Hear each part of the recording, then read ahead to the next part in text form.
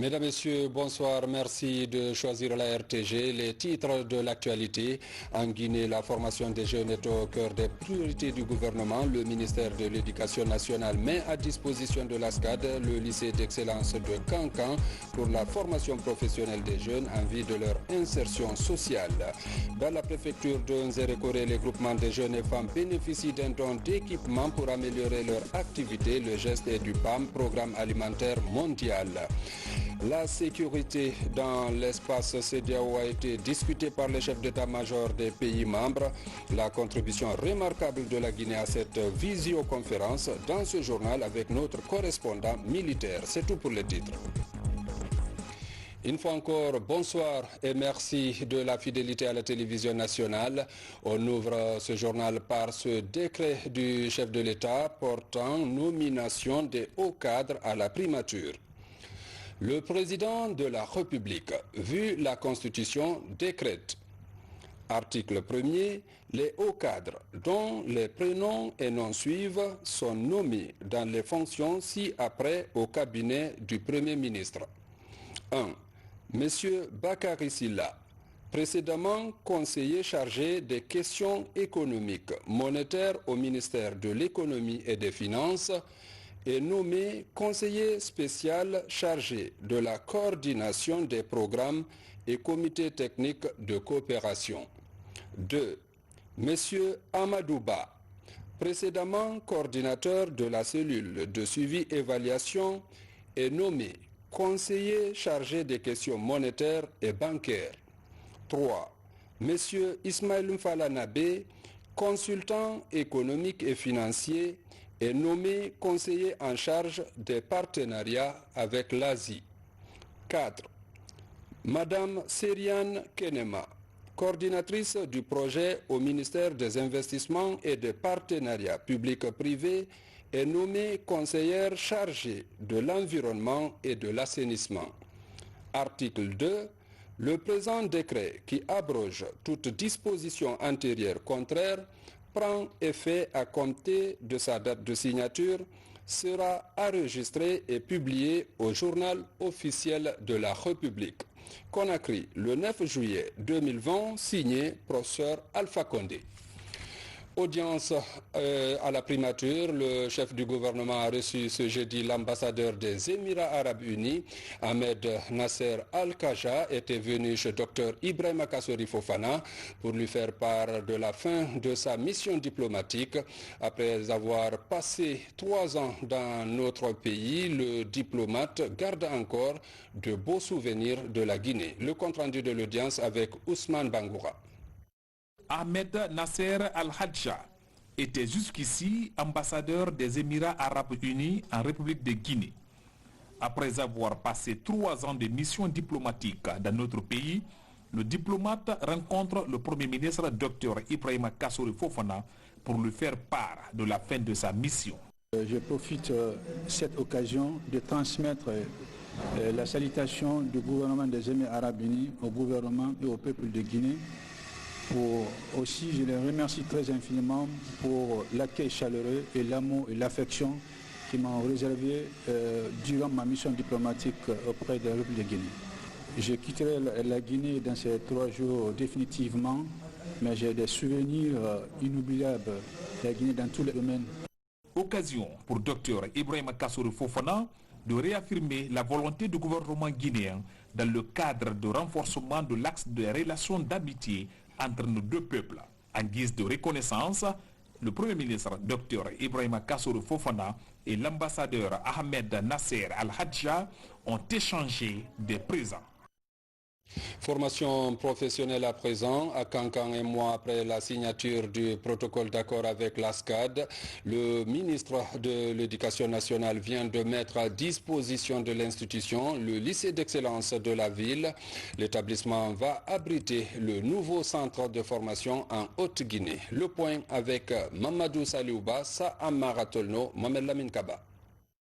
Par cette signature, le ministère de l'Éducation nationale et de l'alphabétisation met à la disposition de l'ASCAD le lycée d'excellence de Cancan. C'est le fruit d'un accord de partenariat scellé entre les 2 parties il y a de cela un mois. Cet établissement de 12 salles de classe, d'un bloc administratif, du réfectoire et d'autres commodités doit abriter le nouveau centre de formation de l'ASCAD en Haute-Guinée. Comme ministère, nous nous devons d'accompagner tous ceux qui veulent nous aider à prendre en charge les enfants de Guinée.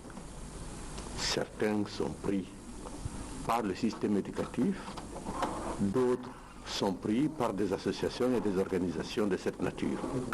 Et pour nous, les infrastructures que nous possédons sont d'abord des infrastructures nationales qui doivent à la fois servir à assurer la formation initiale, mais aussi des formations de cette nature qui permettent en réalité de réduire considérablement le niveau d'analphabétisme et le désœuvrement des jeunes dans les quartiers.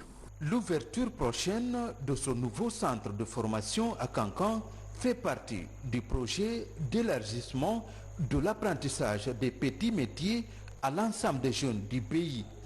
C'est juste pour peut-être remercier encore le ministre de l'Enseignement qui nous met à disposition des infrastructures qui permettent, comme il l'a si bien dit, de mettre ces jeunes gens qui sont aujourd'hui parfois désœuvrés, qui sont dans des cafés, qui sont partout en Guinée, de les mettre dans une école, de les mettre dans une structure pour leur permettre d'avoir une formation qualifiante, pour qu'ils se prennent en charge et qu'ils soient rentables aussi à la société guinéenne. Comme ça, de par cette façon de faire, je crois que ces jeunes aussi vont apporter leur pierre à l'édifice de développement de la Guinée. Pour faciliter l'apprentissage des jeunes stagiaires issus de plusieurs secteurs d'activité, l'ASCAD inaugure un nouveau restaurant sur son site du camp Alpha Yaya Diallo. Réalisé avec le soutien des partenaires, le restaurant est baptisé Jean-Marc Grosgrain du nom de l'actuel ambassadeur de France en Guinée et en Sierra Leone. Une reconnaissance pour son implication dans l'avancement de ce projet initié par le président de la République. C'est un projet qui marche, auquel maintenant a adhéré un nombre important de partenaires privés et publics, bilatéraux, multilatéraux. Et ça me semble vraiment, en tout cas nous, France, nous allons accompagner, continuer d'accompagner, parce que la France accompagne ce projet depuis le début, depuis 2011. C'est un projet initié par le président de la République, le professeur Alpha Condé. Réduire le chômage des jeunes par l'apprentissage des petits métiers est l'objectif de l'ASCAD. Un autre volet de formation, il porte sur l'amélioration de la couverture sociale. La nouvelle direction qui gère désormais ce secteur lance un programme de renforcement de capacité de ses agents sur le terrain. Ceci pour le suivi et l'évaluation de la couverture sociale dans notre pays. Reportage Younoussa Tawel Kamara.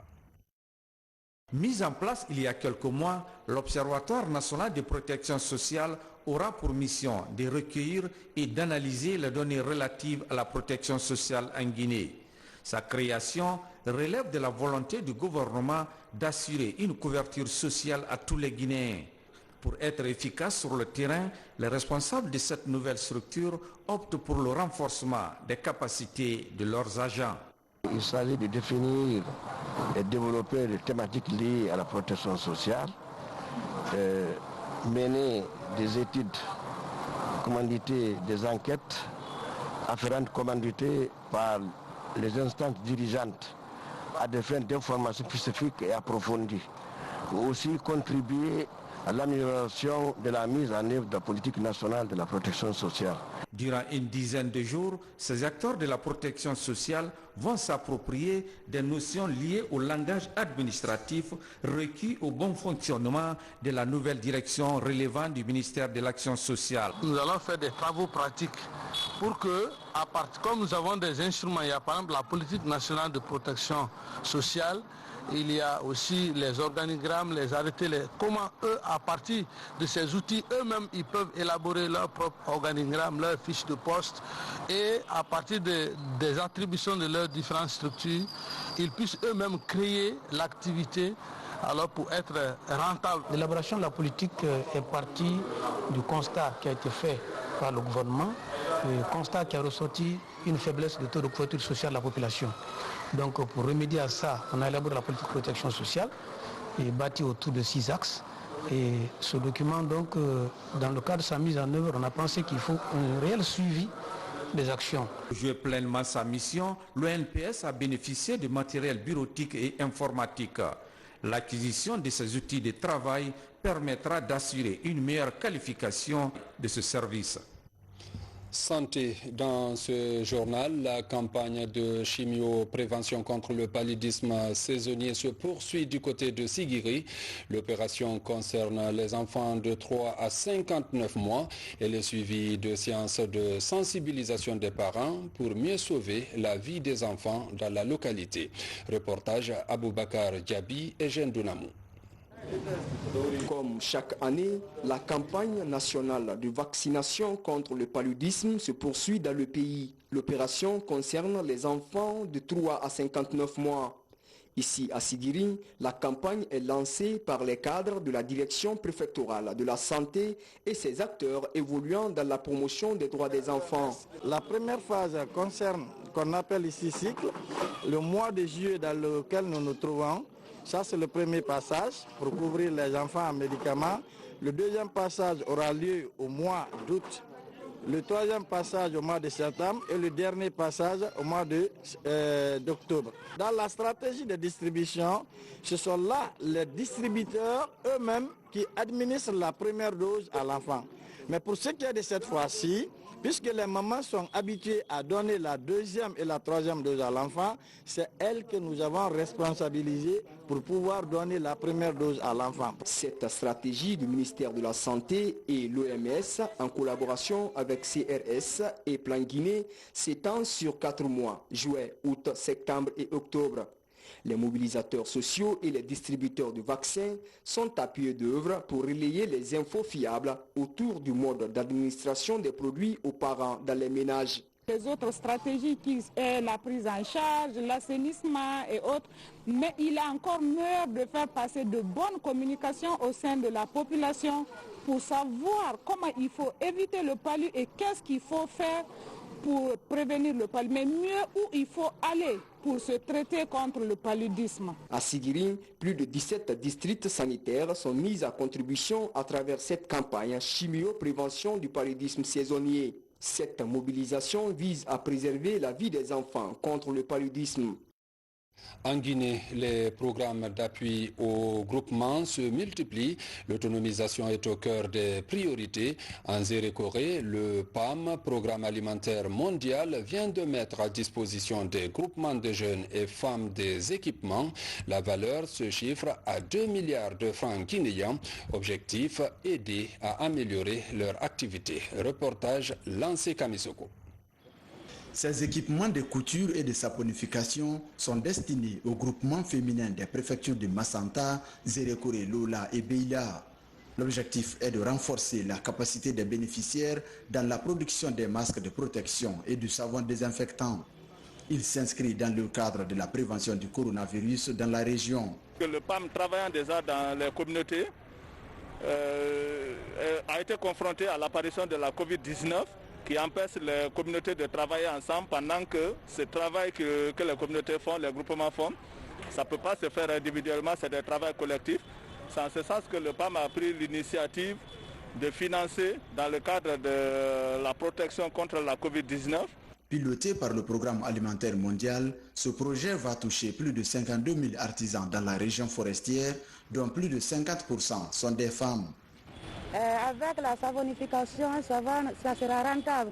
Bien sûr, le Covid va finir, mais on aura toujours à mesure de produire encore des savons pour revendre sur le marché local.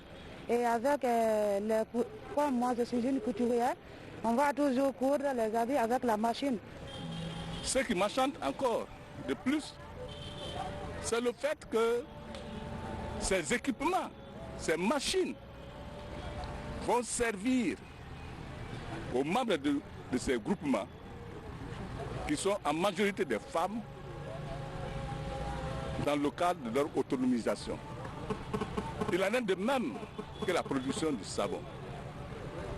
C'est pourquoi, au nom de monsieur le gouverneur de la région de Zérékoré, au nom du gouvernement du professeur Alpha Condé, je ne cesserai pas de féliciter, de remercier le PAM. Ces groupements bénéficiaires devraient produire 121 000 masques de protection et 42 000 morceaux de savon désinfectant d'ici le mois d'août prochain. Un dispositif devant permettre de prévenir un éventuel risque de propagation de la maladie dans la région. Un autre don, il est estimé à 45 000 €, composé de matériel informatique. Les équipements vont servir dans les centres d'autonomisation des femmes de Kindia, Mamon et Pita. Le geste est un appui de l'Agence de développement belge à la Guinée. Le reportage Alfaya Yassila. Avec le ralentissement des activités économiques provoquées par la crise sanitaire, l'Agence belge de développement réoriente ses projets. À Kindia, Mamon et Pita, des initiatives portent sur la santé de la reproduction. Des lots de matériel et équipements sont fournis au centre d'autonomisation des femmes. Dans le cadre du Covid, on a essayé de combiner l'action de riposte contre la pandémie avec la création d'emplois. Donc on a essayé de créer du matériel de protection, des masques, de produire des produits sanitaires. Et à travers ces centres, on crée donc les 60 emplois. L'appui touche une centaine de filles en couture, saponification et un don de 6 000 masques. L'enjeu est de renforcer le respect des mesures barrières tout en soutenant la relance économique. Avec cette dotation de matériel, non seulement ça contribue au riposte contre cette pandémie qui est actuellement là dans tout le monde entier, qui ne cesse de faire de ravages, mais aussi l'insertion de la jeune fille, l'insertion socio-professionnelle de la jeune fille.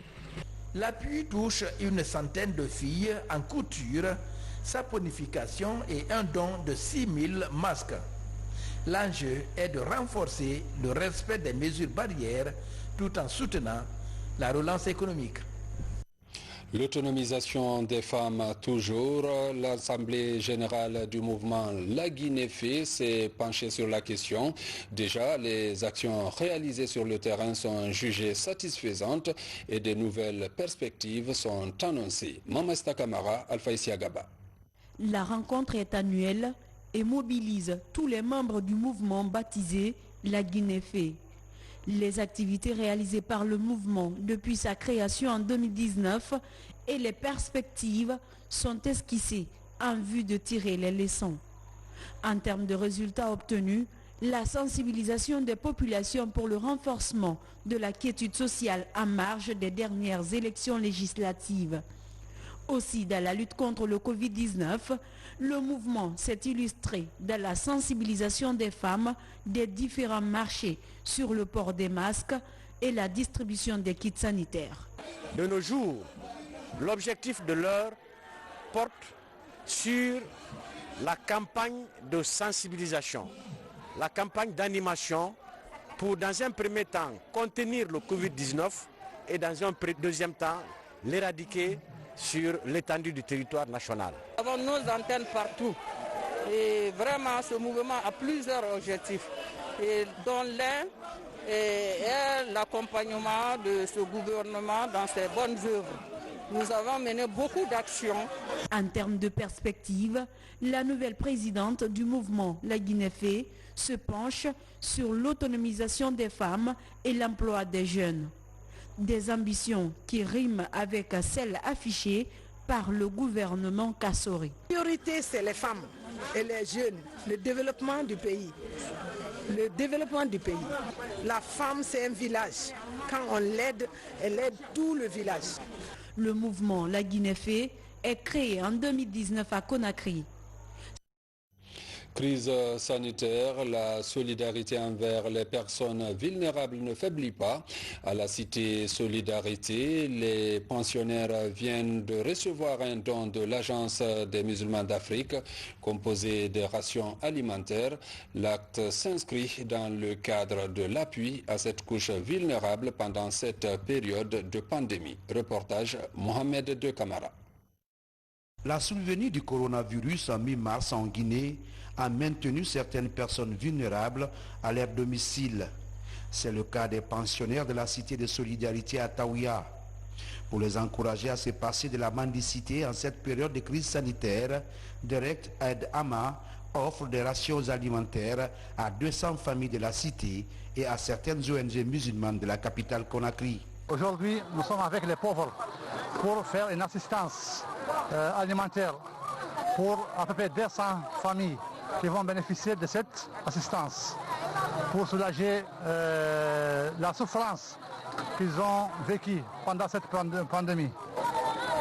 Ce geste humanitaire vise à soulager les bénéficiaires en cette période de pandémie qui coïncide avec le début de la période de soudure en Guinée. Avec cette pandémie, nous vivons de jour en jour. Donc si nous gagnons des bonnes volontés comme Ama pour nous envoyer des denrées alimentaires, vraiment ça nous va droit au cœur.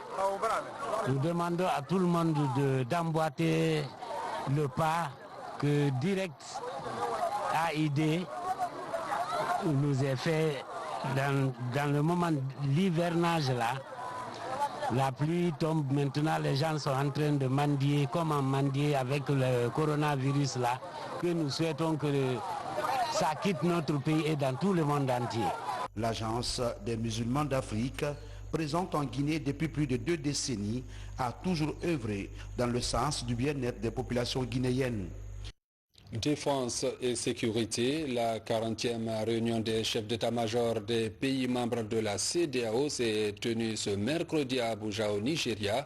Crise sanitaire oblige, la réunion s'est tenue par visioconférence et elle a porté sur comment relever les défis de l'insécurité dans la sous-région. Reportage sergent-chef Alassane Diaby. C'est une réunion atypique. Elle intervient dans un contexte de crise sanitaire due à la Covid-19.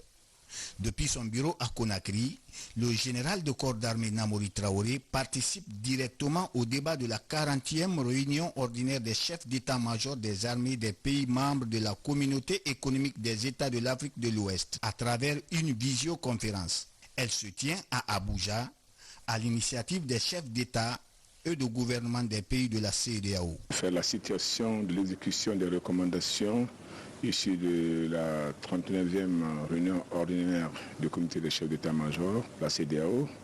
Ensuite, le point de situation des 2 missions de la CEDEAO qui se trouvent au niveau de la Gambie et de la Guinée-Bissau. Et enfin, le plan d'action relatif à la lutte contre le terrorisme dans l'espace CEDEAO. Sur les différents points inscrits à l'ordre du jour, les chefs d'état-major des armées ouest-africaines veulent urgemment répondre aux attentes et préoccupations de l'organisation sous-régionale, notamment les défis liés à la montée de l'insécurité et le terrorisme dans certains pays membres.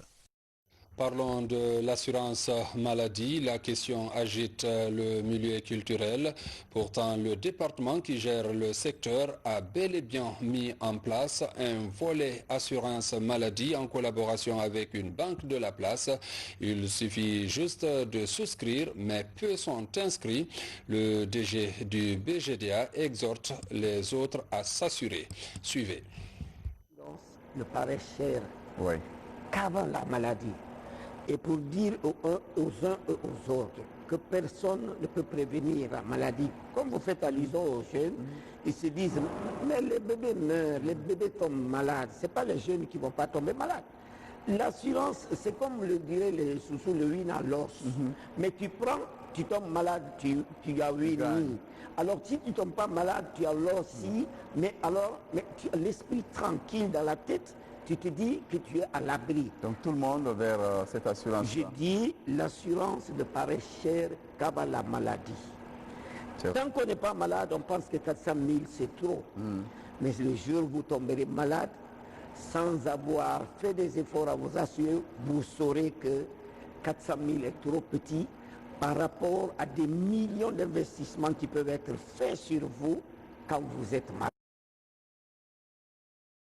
Le général des affaires religieuses bénéficie de la largesse du Conseil chrétien de Guinée à travers leurs ressortissants résidant à Paris qui offrent plusieurs kits sanitaires et des vivres aux différents lieux de culte du pays. Reportage Mounir Bari Ousmane Ba. C'est une marque de solidarité des Guinéens chrétiens résidant à Paris. En cette période de pandémie de coronavirus, ils viennent à la rescousse de leurs frères et sœurs musulmans et chrétiens à travers cet important don de kits sanitaires et de vivres.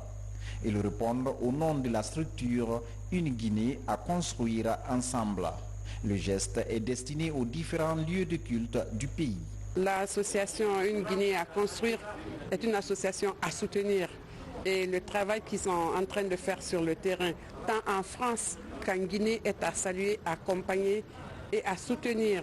Nous leur devons une très grande solidarité. Je voudrais à l'occasion remercier l'association des Guinéens et amis de la Guinée en France dans l'optique d'une Guinée à construire ensemble pour ces gestes magnanimes en guise de votre participation à la riposte contre la pandémie du coronavirus en Guinée en faveur de certaines églises et mosquées. Cette action humanitaire des Guinéens chrétiens vivant en France vise à participer à l'allègement de la souffrance des populations en cette période de pandémie. Ce geste manifeste l'amour, manifeste la reconnaissance, reconnaître que ton frère aussi vit et il se peut que ce frère ou cette sœur soit dans le besoin. Donc à vrai dire, au nom de tout le Conseil chrétien de Guinée, nous sommes comblés de joie et nous sommes vraiment reconnaissants. Nous prions que Dieu continue à bénir et à pourvoir à cette association Une Guinée à construire ensemble. Ceux qui acceptent de mobiliser leurs maigres ressources au profit d'autres compatriotes, je crois que ces personnes sont à encourager. Et nous, en tant que ministère de l'Action sociale et des personnes vulnérables, c'est une légitimité pour nous de nous retrouver au cours de dans cette cérémonie parce que nous avons été investis par le gouvernement de promouvoir les actions de solidarité. Pour cette autre action humanitaire, la mosquée Faisal, les diocèses de Kankan et Zérekouré et le diocèse anglican de Guinée ont été les bénéficiaires. Page noire de ce journal, Karamokoba Kamara, secrétaire exécutif de la cellule technique chargée du suivi des programmes CTSP au ministère de l'économie et des finances, a tiré sa révérence hier nuit à 21h45 à l'hôpital Donka des suites de maladie. Ancien ministre de l'économie et des finances, Karamokoba Kamara est décédé à l'âge de 64 ans. Ce matin, parents, amis et collaborateurs du défunt se sont succédés à la maison mortuaire pour présenter des condoléances d'usage. La levée du corps est prévue demain vendredi à 8h à l'hôpital sino-guinéen, suivi de l'enterrement après la prière de 14h. Paix à l'âme de l'illustre disparu. Amen. Mesdames, Messieurs, c'est la fin de ce journal. Merci de l'avoir suivi et surtout continuez à observer les mesures barrières édictées par les autorités sanitaires. Bonsoir.